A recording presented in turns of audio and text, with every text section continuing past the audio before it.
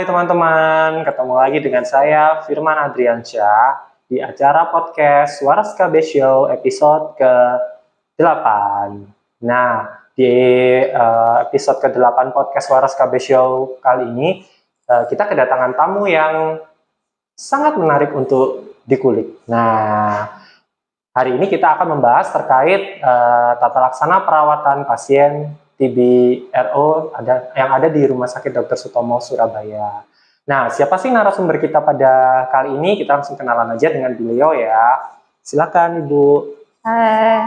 Saya Sri Rezeki, biasa dikenal teman-teman dengan Bu Sri di Poli TB MDR Dr. Sutomo. Nah, baik. Jadi tamu kita adalah perawat dari Rumah Sakit RSUD Dr. Sutomo. Kita langsung lanjut bincang-bincangnya ya Bu. Pertanyaan pertama dari saya, sebagai perawat yang berpengalaman di Poli TB resisten obat Ibu, apa sih yang membuat Bu Sri ini tertarik untuk fokus pada perawatan pasien TBC resisten obat? Kemudian mungkin teman-teman juga ingin tahu ya, Bu Sri ini sebagai perawat di Poli TB RO ini sudah berapa tahun? Ya. Kalau total kerja di rumah sakit itu sudah 29 tahun. 17 tahun di ruang kandungan, kemudian yang 12 tahun di TB MDR. Nah, kenapa saya tertarik? Sebenarnya awalnya nggak tertarik ya. Hampir rata-rata mungkin dari teman-teman itu nggak ada orang tertarik sama Poli TB MDR. Iya, apalagi penyakit menular. Karena takut ya, karena takut jadi resiko penularan yang besar, menjadikan teman-teman mungkin kalau bisa jangan di Poli TB MDR. Tapi karena tugas ya, kita tidak bisa menolak dimanapun kita sebagai perawat harus siap. Ya. Jadi awalnya memang perasaan takut pasti ada. Ya. Begitu tahu gimana sih TB itu, penularannya lewat apa, itu sebenarnya rasa takut ada. Tapi lama-lama setelah terjun di pelayanan, kita mendalami gimana sih pasiennya, cara pencegahannya kayak apa. Yang penting kita proteksi ya, proteksi. Itu akhirnya, oh ternyata asik juga. Artinya beda dengan poli lain ya. Kalau poli lain mungkin sebatas pelayanan, selesai pelayanan sudah. Kalau di sini enggak, karena apa, pasiennya itu benar-benar membutuhkan pendampingan yang ekstra ya. Jadi butuh kita ngerti gimana sih kehidupan sehari-hari. Jadi kita ikut istilahnya untuk kehidupan pasien-pasien kita sehari-hari itu kita ikut merasakan gini. Akhirnya mau enggak mau, ternyata ini butuh ekstra loh pasien-pasien MDR itu. Jadi kita jadi semakin pengen tahu ya isinya apa. Akhirnya ya itu. Jadi akhirnya ya. Memang butuh satu ketekatan ya, nekat untuk bertahan. Ternyata mereka butuh kita gitu. Bisa bertahan sampai selama itu ya, Bu, sampai sekarang gitu. Betul. Nah, kemudian tadi Bu Sri sempat cerita kalau masuk di Poli MDR itu sekitar tahun 2012 ya, Bu? Ya, mulai menetap. Nah, itu apakah Poli TB MDR-nya sendiri baru ada di tahun tersebut atau di sebelumnya sudah ada? Enggak. Jadi MDR Sutomo itu berdiri mulai tahun 2009. Wah, waktu itu saya masih di Opjin. Tapi itu sudah ada pasiennya? Sudah, awal-awal memang belum banyak, jadi 5 orang. Kemudian semakin ke depan luar biasa. Luar biasa ya sampai sekarang. Kira-kira sampai berapa orang sih, Bu? Kalau total dari awal banyak sekali, tapi untuk saat ini sekitar 200-an lah. Sekitar 200-an ya. Itu yang masih aktif pengobatan ya. Wow, cukup banyak ya. Nah, kemudian gambaran umum tentang perawatan pasien TB RO di Rumah Sakit Dr. Sutomo itu seperti apa? Nah, perawatan atau pelayanan TB RO itu kan ada dua macam ya. Artinya yang satu untuk poliklinis, yang satu lagi yang rawat inap ya. Kalau yang poliklinis berarti pasien masih mampu ya, belum ada gangguan-gangguan yang mengganggu aktivitas mereka. Jadi kalau di poli pasien begitu datang, kalau yang baru itu mulai pelayanan baseline-nya, kemudian selesai itu baru penentuan regimen, minum obat di gazebo. Tapi kalau untuk yang rawat inap, karena mereka berarti butuh pelayanan khusus, itu langsung ke rawat inapnya, persiapannya di situ, diterapi sampai akhirnya dia boleh pulang, poliklinis baru ke poli. Setiap hari minum obat seperti yang lainnya. Oke, nah dari tadi kita ngomongin tentang TB MDR ya Bu ya. Nah mungkin banyak orang yang belum sepenuhnya memahami nih terkait TB MDR itu apa atau TB resisten obat itu apa. Mungkin Bu Sri bisa menjelaskan secara singkat nih ke teman-teman terkait bedanya nih antara TB resisten obat dengan TB yang biasanya itu, apakah yang TB MDR memerlukan perawatan khusus atau bagaimana? Oh ya, TB sensitif obat atau TB yang reguler itu memang berbeda dengan TB resisten obat ya. Mulai dari obatnya saja jumlahnya lebih sedikit kalau yang TB biasa ya kan. Kalau MDR memang karena menyesuaikan tipe kumannya ya, jadi memang lebih banyak. Kemudian kalau TB biasa itu pengobatan maksimal 9 bulan ya, kalau yang ini 9 sampai 12, minimal 6 bulan. Obatnya sedikit, otomatis efek sampingnya juga lebih ringan. Mereka masih bisa minum obat dibawa pulang, ditemenin atau didamping keluarga, masih tetap bisa bekerja karena efek sampingnya yang ringan. Sedangkan untuk TB resisten obat, jumlah obatnya banyak, lamanya pengobatan panjang. Karena obat yang banyak, kemungkinan efek samping yang muncul juga lebih banyak. Mungkin sampai mengganggu kerja ya, sampai tidak bisa bekerja. Kadang-kadang karena lama jenuh atau bosen ya, kadang-kadang akhirnya tidak mau melanjutkan pengobatan. Dari ESO-ESO yang muncul, dari efek samping yang muncul itu, ternyata memang untuk resisten itu butuh pendampingan ekstra. Bedanya di situ. Oke. Kemudian bagaimana sih kerjasama antara perawat, dokter, dan tim medis lainnya dalam memberikan perawatan kepada pasien TB resisten obat di rumah sakit ini? Apakah ada momen kolaboratif yang memberikan dampak yang positif terhadap pasien-pasiennya?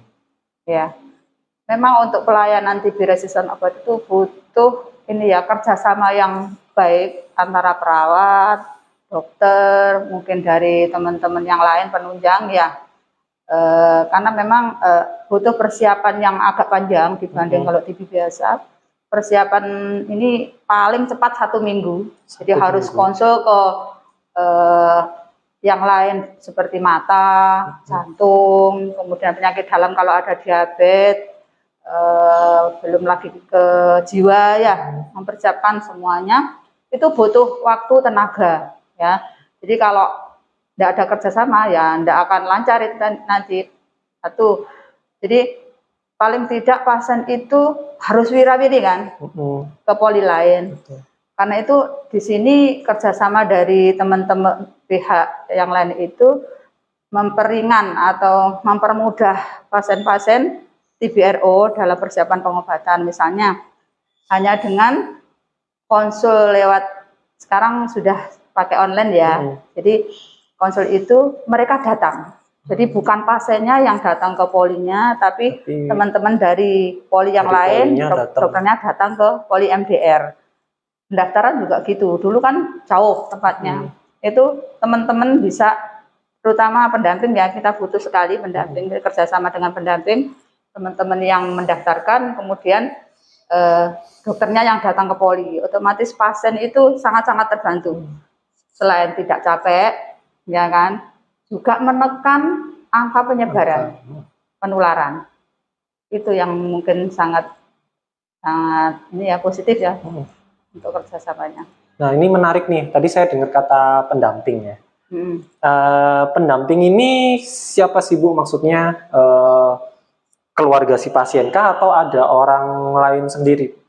Oh ya, di sini memang tadi belum saya jelaskan ya, pendamping itu adalah mantan pasien atau teman-teman dari latar belakang yang lain, tapi mereka membentuk satu organisasi ya, itu membantu teman-teman yang masih minum di layanan.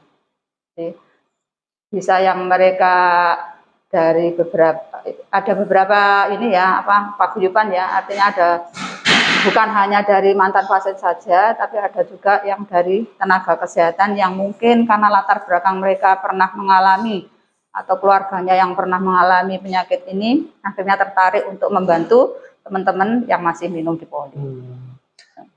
Tapi itu memang teman-teman pendamping ini standby terus di rumah sakit kah atau bagaimana?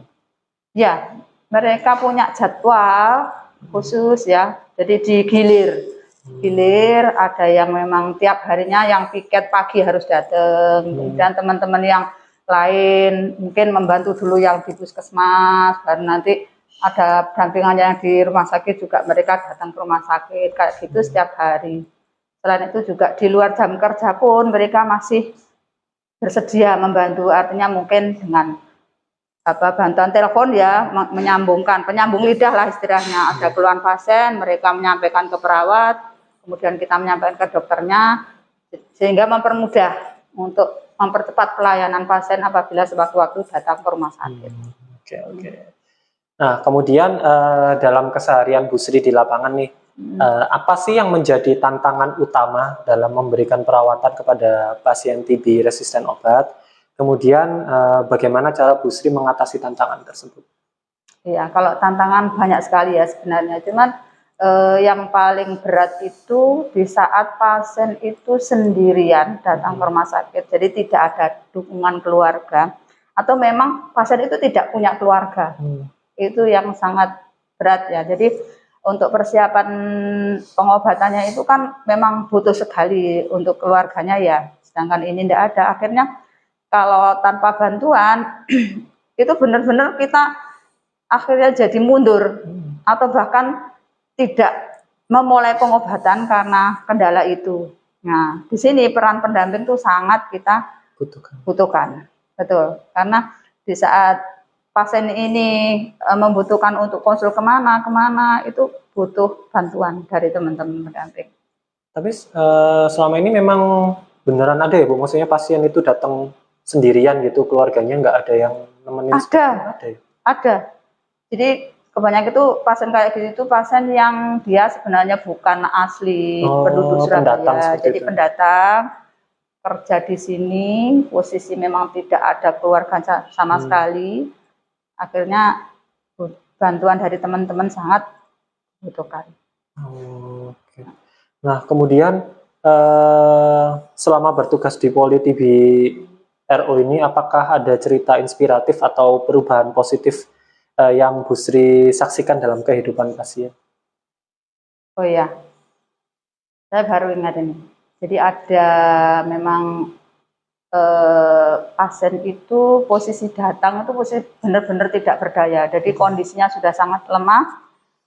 Kemudian saat itu memang butuh harus rawat inap dengan segala peralatan yang dipasang ya, karena sesak, karena lain-lain. Kemudian seakan-akan dia itu sudah putus asa lah istilahnya, dia benar-benar sudah tidak ada harapan untuk hidup, tapi karena semangat dari keluarga ya, dukungan dari keluarga yang luar biasa, mereka telaten untuk pengobatannya yang akhirnya poliklinis, telaten setiap hari datang, ditungguin, minum obat benar, akhirnya selesai dalam waktu 18 bulan, sembuh dan bisa bekerja kembali. Itu yang benar-benar luar biasa. Jadi pada saat awal-awal itu kita melakukan tindakan ECG sudah tidak mentolo, istilahnya tinggal tulang ya, tinggal kulit sama tulang, tapi akhirnya berhasil. Berat badan naik luar biasa sampai sekarang, lulus beberapa bulan, mungkin 1 bulan yang lalu baru selesai dan bisa bekerja kembali. Itu luar biasa benar. Makanya di sini memang dukungan keluarga itu sangat penting. Dan itu juga jadi suatu kebanggaan tersendiri ya bagi perawat-perawat di sini, karena bisa membuat seseorang yang tadinya memang kondisinya benar-benar sangat drop, tiba-tiba sampai akhirnya sukses, jadi gemuk lagi, kemudian sehat kembali seperti itu. Bu Sri, saya kan akhir-akhir ini sempat mendengar berita nih kalau ada pengobatan untuk pasien TB RO yang terbaru nih, katanya jangka waktunya cuma 6 bulan kalau nggak salah. Itu beneran adakah atau Hanya informasi-informasi yang berseliweran. Oh benar. Oh benar. Benar. Kan dari dulu sebenarnya sudah ada, tapi khusus untuk pasien-pasien yang pre-XDR, artinya yang sudah tidak bisa memakai regimen yang lama, makanya pakai yang Bepal. Bepal itu sedikit obatnya, jadi efek samping yang muncul juga minimal. Nggak sebanyak yang biasanya banyak itu. Lah, terus ini yang terbaru ada Bepal M itu untuk semua. Jadi ini harapan besar ya buat teman-teman yang baru didiagnosa, sebenarnya ya tidak mau sih sakit, cuman sekarang sudah ada pilihan lah, istilahnya pilihan pengobatan yang luar biasa, karena kita di Sutomo sudah sempat memulai dari bulan September kemarin Bepal M, jadi yang masih bisa pakai Oflo, jadi tapi pakainya Moxi itu 6 bulan, dan pasien kita yang memulai September itu sekitar 11 orang, 11 pasien. Memang yang namanya efek samping pasti ada, tapi termasuk ringan dibandingkan dengan regimen yang lama, dan bertahan. Ini kurang 1 bulanan mereka selesai pengobatan. Wah, ya. Keren ya. Selain pasien yang senang, perawatnya juga senang. Karena apa? Cepet kan untuk ininya, tidak terlalu lama menunggu. Kemungkinan bosen itu juga sudah tidak lagi. Kalau kepanjangan kan ya namanya manusia gitu ya, pasti ada titik jenuhnya juga. Ya, pasti itu. Kalau sudah jenuh, kita nggak awasi, minum obatnya sembarangan. Akhirnya banyak terjadi kegagalan, kayak gitu memang. Karena memang kebanyakan namanya MDR itu kan mereka sudah resisten di pengobatan yang sensitif obat ya Bu. Jadi memang diusahakan agar tidak terjadi resistensi lagi di MDR ini. Ada satu pertanyaan lagi Bu yang bikin saya penasaran nih. Kan yang saya tahu itu kan TB, MDR sama XDR ya Bu. Itu XDR. Di atasnya XDR ada lagi nggak sih Bu? Ada, cuman kasusnya yang belum ada. Total. Jadi semua sudah tidak bisa dipakai secara teorinya. Oke. Disingkat TDR. Tapi di Surabaya belum ada. Total drug resistant. Jadi sudah tidak bisa pakai yang obat pilihan yang saat ini dipakai, sudah tidak bisa lagi. Jadi sangat sedikit pilihannya. Kalau yang RR itu kan cuma rifampicin saja. Jadi benar-benar MDR itu sudah minimal 2 antara rifampicin dan benar-benar nyari obatnya yang bisa itu. Sedangkan yang XDR kan pre-XDR di atasnya MDR kan sudah tidak bisa pakai Oflo. XDR dua-duanya tidak bisa, Oflo tidak bisa, bedakuilin atau yang kelompok A sudah tidak bisa semua, itu baru XDR. Nah kalau semua obat sudah tidak bisa ya sudah, tidak ada pilihan lagi. Jadi biasanya pengobatannya hanya sesuai dengan keluhan. Oke. Tapi ya tetap ono sing sekolah itu loh, yang paling berat itu, yang anak sekolah. Pas jadi corona itu kan belum ada sih pakai masker kan, tiba-tiba pakai masker itu. Ini ada kasus yang dari SMA sudah kelas 3 ya. Dia terdiagnosis MDR, itu benar-benar sangat terpukul karena dia punya cita-cita ingin jadi polisi, sedangkan dengan sakit begini itu pupus sudah harapan. Kemudian dari sekolah masih belum bisa menerima dia, artinya begitu ada guru yang bilang kena paru-paru, itu sudah temannya pada takut, jadi dia merasa marah, kok disebarkan beritanya, padahal kan memang seharusnya teman-temannya tahu dan tidak boleh dikucilkan. Artinya pasien sendiri masih denial, belum bisa terima. Sebenarnya dia seharusnya kalau sudah dikasih tahu kan akhirnya dia sedikit-sedikit mulai sadar bahwa memang dia sumber penularan kan. Jadi disingkirkan atau dikucilkan berarti bukannya tidak sayang. gitu kan. Tapi sementara ben berobat dulu jangan sampai sembuh. Nanti kalau sudah negatif kan sudah tidak apa-apa lagi gitu. Itu ada pihak keluarga ya, keluarganya memang orang tuanya juga ketakutan karena dia merasa nanti kalau aku ikut ketularan aku nggak bisa kerja terus gimana. Ada SMA itu. Terus ada lagi Bu yang terkait ini sering ditanyakan Ini pasien. Bu toh? Nggak apa-apa, masuk aja nanti di Loh. apa? Kan banyak pasien yang bertanya terkait makanan sama minuman, kan sering kan pasti tanya ke perawat kan. Pantangan makanan sama minuman yang boleh dikonsumsi sama pasien TB MDR itu apa aja sih? Sebenarnya tidak ada pantangan untuk pasien TB MDR secara khusus itu tidak ada. Cuman menghindari makanan yang menimbulkan atau merangsang batuk.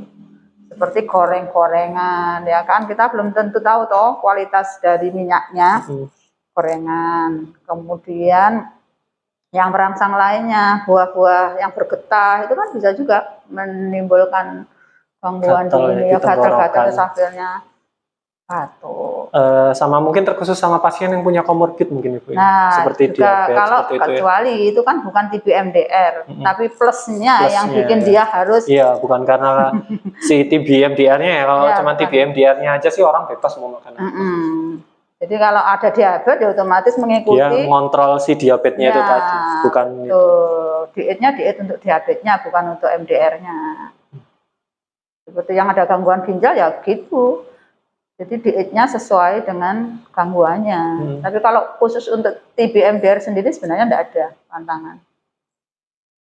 Justru kan tinggi kalori, tinggi protein kalau untuk kasus-kasus MDR, TB MDR. Tapi pernah nemuin nggak sih Bu, pasien minum obat itu pakai susu? Oh, susu kan nggak boleh. Nggak boleh ya? Tapi itu sudah diberitahukan ke pasien? Ya sudah. Jadi upayakan selama minum obat TB MDR, terutama yang bedaquiline itu memang ada interaksi, tidak boleh dengan susu. Ya, jadi harapannya kalau pas saat makan minum obat itu loh ya. Jadi kalau di luar itu tetap boleh. Susu itu dianjurkan kan minimal 2 jam. Setelah atau sebelum pengobatan? Sebelum atau sesudah minum obat utama. Karena biar obatnya cair dulu ya, diresap. Terus kemudian 2 jam kemudian baru mengganggu penyerapan juga. Kalau susu yang mengandung lemak tinggi kan mengganggu penyerapan obat. Oke. Nah kemudian adakah pesan atau tips yang Bu Sri ingin sampaikan ke masyarakat terkait pencegahan TB ini dan kesadaran akan bahayanya TB, khususnya yang resisten obat? Ya betul. Memang kalau dilihat saat ini itu TBC resisten obat yang primer, artinya yang memang belum pernah ada riwayat pengobatan tapi terkena langsung TB resisten obat itu sangat besar ya, hampir di atas 50% untuk saat ini. Benar. Jadi pesan saya untuk warga atau masyarakat yang belum kena TB, artinya jangan sampai kena. Jangan sampai kena ya. Kalau ada keluhan yang mengarah ke TB, seperti misalnya batuk, berdahak atau berdarah atau bahkan berdarah ya, yang tidak kunjung sembuh. Kemudian ada keluhan keringat di malam hari, keringat tanpa aktivitas, ada penurunan berat badan yang signifikan, artinya kok cepat dari gemuk langsung kurus, wah ini tanda-tanda. Kalau menemukan tanda seperti itu segera ke layanan atau puskesmas terdekat untuk memastikan apakah ini TB atau bukan. Sedangkan yang sudah positif kena TB, monggo berobat dengan rutin, teratur, insya Allah sembuh. Banyak sekali sudah yang terutama pemakaian masker. Itu untuk pencegahan paling murah. Artinya apa? Karena ini penularannya lewat udara, dengan masker itu sangat membantu untuk pencegahan mana-mana, termasuk untuk yang TB resisten obat ya itu yang sangat. Oke. Kemudian harapan Bu Sri terkait TB di Indonesia ini seperti apa ke depannya mungkin? Ya, untuk ini ya, cita-cita kita kan Zero TV tahun 2030. 2030. Ya. Untuk itu ya tetap semangat. Tos temukan, obati sampai sembuh. Terutama untuk yang di sana, monggo untuk logistiknya, OAT-nya selalu siap, sehingga untuk khususnya pasien TB resistor obat seperti yang regimen baru yang 6 bulan itu benar-benar sangat ditunggu-tunggu. Karena apa? Jumlah obatnya sedikit, kemungkinan efek samping juga minimal, segera bisa selesai atau segera sembuh dan kembali bekerja. Sukses untuk Indonesia ya. Baiklah teman-teman, kita sudah sampai di penghujung acara nih. Sebelum saya mengakhiri acara, saya mau mengucapkan terima kasih dulu ke Bu Sri karena sudah bersedia jadi narasumber kita pada kali ini. Terima kasih Bu Sri. Sama-sama. Kemudian teman-teman, sebelum saya akhiri, teman-teman bisa follow akun IG Rekat di @rekat4indonesia, kemudian di Facebook ada di Rekat Peduli Indonesia. Nah, sekian dulu acara podcast Waras KB Show pada hari ini. Saya dan Bu Sri pamit undur diri dulu. Sekian, Assalamualaikum warahmatullahi wabarakatuh. Dadah.